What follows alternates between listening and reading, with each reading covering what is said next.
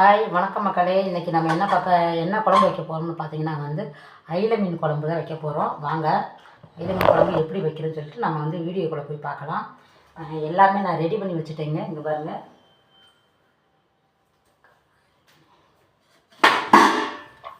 உங்களுக்கே தெரியும் அயிலை மீன் நல்லா நான் கழுவி வச்சுட்டேன். சூப்பராக கழுவி வச்சுருக்கிறேன். நான் இது இங்கே இருக்கட்டும். அயிலை மீன்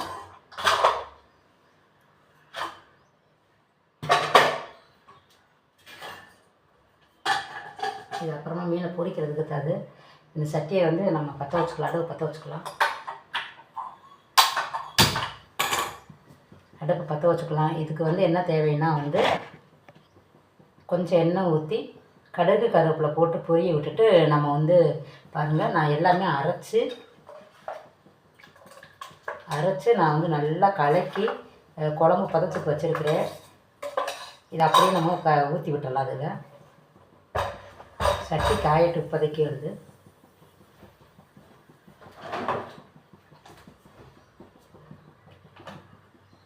பாருங்கள், எண்ணெய் ஊற்ற போகிறோம். நம்ம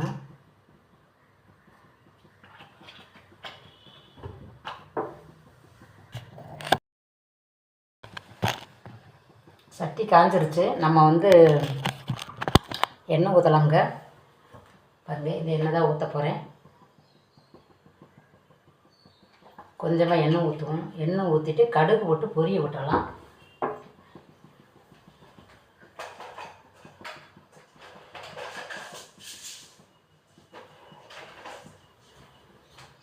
மீன் குழம்புக்கு தேவையான வெந்தயப்பொடி நான் எப்பயுமே அரைச்சி வச்சுருக்கேன். வறுத்து அரைச்சி வச்சுருக்கேன். இப்போதைக்கு நம்ம கடுகு போட்டுக்கலாம்.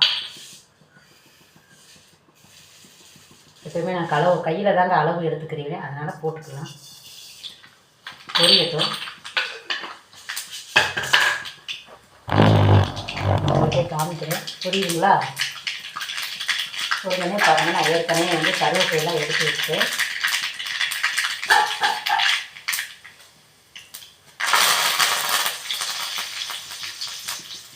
புரிஞ்சிருச்சு. நம்ம ஏற்கனவே கலக்கி நம்ம குழம்புக்கு தேவையானதை கலக்கி வச்சுக்கணும். இதை அப்படியே கொஞ்சமாக ஊற்றிடலாம்.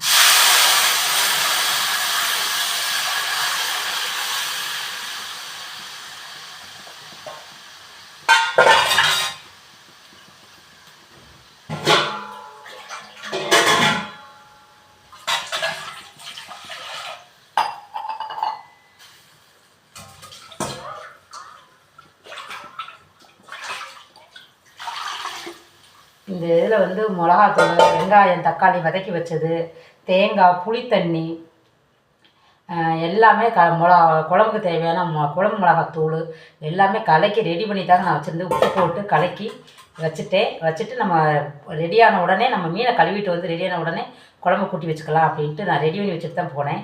பாருங்கள், எல்லாமே குழம்பு ஃபுல்லாக ஊற்றியாச்சு. இதை உப்பு இருக்கான்னு லேசாக பார்த்துக்கிறலாம். கரெக்டாக இருக்குங்க உப்பெல்லாம். கையை கழுவிடலாம். இப்போ இந்த குழம்பு கொதிஞ்சு வந்த உடனே என்ன செஞ்சேன்னா மாங்காய் துண்டு ஒன்று போட்டுறணும்.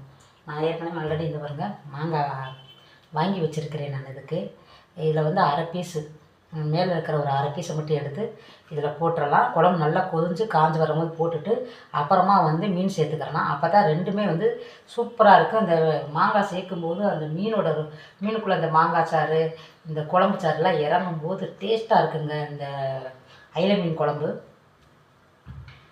ஆனால் நல்லா கொதிக்கும் போது தாங்க இந்த பொடியை போடணும். இது வெந்தய பொடி. அந்த வெந்தய பொடியை குழம்பு காஞ்சி நல்லா கொதிக்கும். ஒரு 2-3 கொதி வந்ததுக்கப்புறம் இந்த பொடியை போடணும். பொடியை போடுறப்ப தாங்க இந்த மாங்காயை போடணும். மாங்காய் போட்டு லைட்டாக ஒரு அரை வேக்காடு வெந்த பின்னாடி தாங்க மீனை போடணும். சரியாக இருக்கும் பதம். மாங்காய் அந்த உடையாமல், மீன் உடையாமல் சரியாக இருக்கும் பதம். ரெண்டு வெந்து வரும்போது இப்போ குழம்பு கூட்டி வச்சாச்சு. மூடியை போட்டு மூடி வச்சுருவோம். ஒரு கொதியட்டுங்க. பாருங்க, இதுக்கு தகுந்த மாதிரி, சட்டிக்கு தகுந்த மாதிரி பெரிய மூடி தான். பார்த்தீங்களா, பெரிய மூடி தான் போட்டிருக்கிறேன். குழம்பு கொதியட்டுங்க.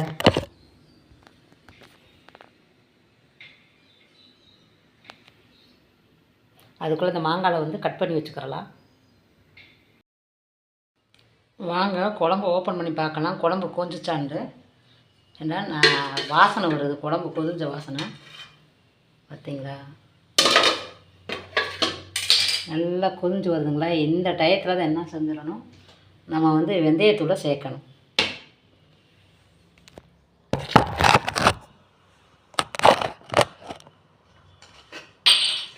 இந்த இதுதான்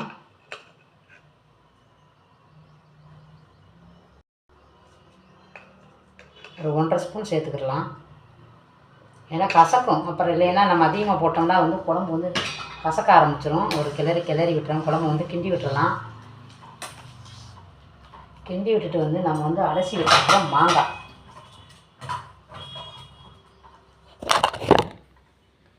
பார்த்திங்கன்னா வந்து மாங்காய் துண்டை வந்து இதில் வந்து போட்டு விட்டுறலாம். ஒன் சைடை தாங்க அதை 4 பீஸாக கட் பண்ணியிருக்கிறேன். இப்படி போட்டு விட்டோம்னா இந்த குழம்பு வந்து நல்லா கொதிக்கட்டும். ஒரு மூடியை போட்டு விட்டுக்கலாம். கொஞ்ச நேரம் நம்ம வெயிட் பண்ணி அடுத்து வந்து மீனை போட்டுக்கலாம். குழம்பு காய ஆரம்பிச்சிருச்சு. உங்களுக்கே தெரியும் எப்படி வந்து லேசாக வந்து எண்ணெய் மிதக்க ஆரம்பிச்சிருச்சு. நல்லா நம்ம ஊற்றின எண்ணெய் வந்து மேலே வந்து பிரிஞ்சு வந்துடும். பிரிஞ்சு நல்லா மிதக்க ஆரம்பிக்கும். அப்போ வந்து இந்த மீன் எடுத்து ஒவ்வொரு துண்டா நம்ம சேர்த்துடலாம். இப்போ வந்து இந்த மீனில் வந்து பாருங்கள், அலசி வச்ச மீனை வந்து என்ன செய்யலாம் அப்படின்னா, குழம்பு துண்டுக்கு தேவையானதை நம்ம குழம்பு துண்டுக்கு தேவையானதை தனியாக எடுத்து வச்சிடலாம். பொரிக்கிறதுக்கு தேவையானதை வந்து நம்ம தனியாக எடுத்து வச்சிடலாம். மக்களே வாங்க நம்ம அப்படியே ஒவ்வொன்றா பிரிக்கலாம். உங்களுக்கு முன்னாடி காமிக்கிறேன். எப்படி தலையை வாழ்க்கையாக போட்டு குழம்பு வைப்பேன் பார்த்திங்களா. இந்த சட்டியில் வந்து நம்ம வந்து பொரிக்கிற மீனை வந்து நம்ம போட்டுக்கலாம். இதெல்லாம் வந்து குழம்பு மீன் பார்த்திங்களா. இதெல்லாம் வந்து பொரிக்கிற மீன். இந்த வால் பொதியை அப்புறம் வச்சுட்டு நம்ம வந்து இப்போ நடுத்துண்டதை மட்டும் எடுத்துக்கிறலாம். அதில் எடுத்துக்கிட்டு மீன் பொடியை போட்டு நம்ம வந்து நல்லா குலுக்கி ஒரு 1/2 மணி நேரம் ஊற வச்சுட்டு நம்ம பொரிச்சோம்னா சூப்பராக இருக்குங்க.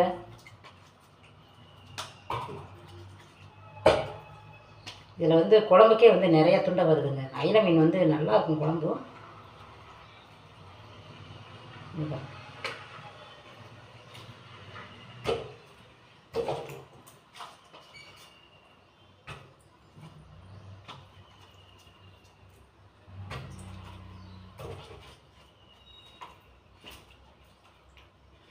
அவ்வளோதாங்க. எல்லாமே தலையும் பாருங்கள், தலையும் வால் தாங்க இதில் இருக்குது. அதனால் வந்து இது எல்லாமே வந்து குழம்பு வைக்கிறது. பாருங்கள் இவ்வளோதாங்க நடுத்துண்டை வந்துச்சு. நான் தேடி பார்த்துட்டேன். நடுத்துண்டை வந்து இல்லை பூராமே வால் பீஸாக தான் இருக்குது. இந்த ஒரு துண்டம் கிடக்குது, ஒரு துண்டம். அவ்வளோ பூராமே தலையும் வால் தாங்க அதிகமாக இருக்குது. அதனால் இதை வந்து நம்ம குழம்பு வச்சிடலாங்க. ரெடி ஆகிடுச்சுங்களா. இதில் வந்து இதை தனியாக வச்சிடலாம். இதுக்கு வந்து ஃபிஷ் ஃப்ரை வந்து போட்டு நம்ம வந்து நல்லா அப்படி குலுக்கி ஒரு 1/2 மணி நேரம் ஊற வச்சிடலாமுங்க. கொஞ்சம் நேரம் வெயிட் பண்ணலாம். குழம்பு மீன் போடும்போது காமிக்கிறேன் உங்களுக்கு. இப்போ வாங்க நம்ம குழம்பு வந்து ஏற்கனவே நம்ம வந்து மாங்காய் போட்டிருந்தோம். அந்த மாங்காயெல்லாம் வந்து வெந்துருச்சா அப்படின்ற பார்த்துட்டு நம்ம அடுத்து மீனை போடலாம். பாருங்கள், மாங்காய் வெந்து அப்படியே மேலே வந்து மிதக்குதுங்க. இங்கே பாருங்கள், உங்களுக்கே தெரியும் மாங்காய் வெந்து மேலே மிதக்குது. இது இப்போ வந்து நம்ம வந்து மீனை வந்து ஒவ்வொன்றா போட்டுக்கிறலாம்.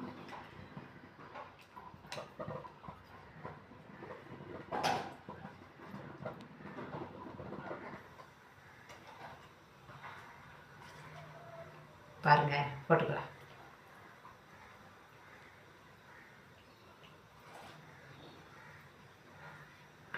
போட போட குழம்பு அப்படியே மேலே எம்பி வருது பாருங்க, மேலே வருது பாருங்க. எப்பயுமே மீன் குழம்பு வைக்கிற போது அந்த குழம்பு வந்து கொஞ்சம் கம்மியாக இருக்கணும். அப்போ தான் நம்ம மீன் போட போட மேலே எம்பி வந்து சரியாக இருக்கும், சட்டி நிறையா இருக்கும்.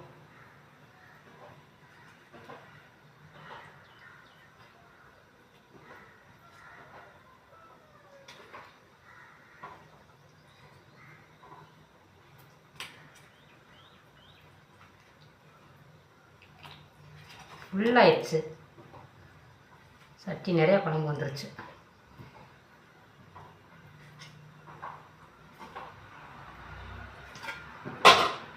அப்படியே வந்து நம்ம வந்து ஒரு கிளறி விட்டுறணும். அப்போ தான் வந்து மீன் வந்து நல்லா உள்ளே ஊறி உள்ளே போயிடும்.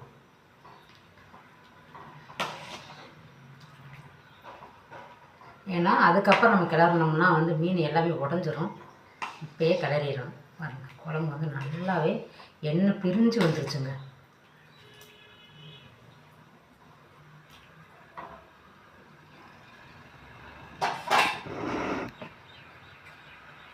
இப்போ வந்து குழம்பு சட்டி லேசாக ஒரு பக்கம் சாஞ்சது மாதிரி இருக்குது. சரி பண்ணிக்கிறலாம்.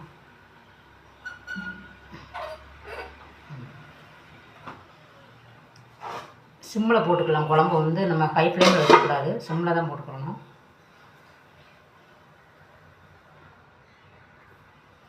வச்சாச்சு. குழம்பு கொஞ்சம் நேரம் வந்து பாருங்கள், உங்களுக்கு நல்லா காமிக்கிறேன்.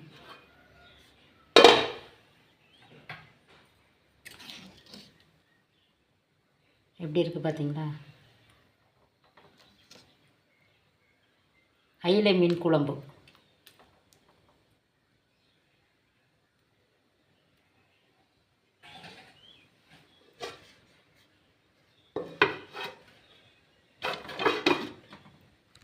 ஒரு 5 நிமிஷம் கழித்து நம்ம வந்து பார்த்திங்கன்னா மீன் எல்லாம் வெந்து மேலே எம்பி வந்துடும். குழம்பு இறக்குன உடனே நம்ம சாப்பிடக்கூடாது.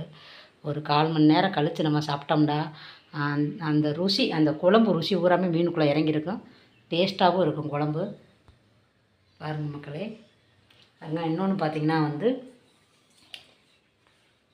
அயிலை மீன் துண்டு அதையுமே வந்து நல்லா வந்து போட்டு குலுக்கி வச்சுட்டேன். பாருங்கள், குலுக்கி வச்சுட்டு இனி இதை வந்து பொரிக்கிறதுக்கு தான் ஃப்ரை பண்ணணும். குழம்பு இறக்கி முடித்த உடனே அடுத்து வந்து அயிலை மீனை வந்து நம்ம பொரிச்சிடலாங்க.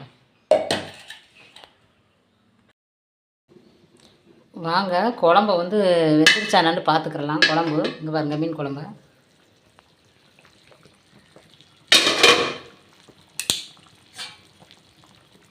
பார்த்தீங்களா? வெந்து வந்து அப்படியே வந்து மீன் வந்து மேலே மிதக்குது. இப்படி தாங்க, இந்த மாதிரி கரண்டி போட்டால் தாங்க இதை எடுக்கணும். இல்லைண்டா நம்ம குழிக்கரண்டிலாம் போட்டோம்னா வந்து அப்படியே ஃபுல்லாக அதை இருங்க பாருங்க, மீன் வந்து அப்படியே மீன் கண்ணு மேலே மிதக்க ஆரம்பிச்சிருச்சு. பார்த்தீங்களா? குழம்பு அப்படியே ரத்தகமாக வந்துருச்சு பாருங்க. அயிலை மீன் குழம்பு ரெடி ஆயிடுச்சு.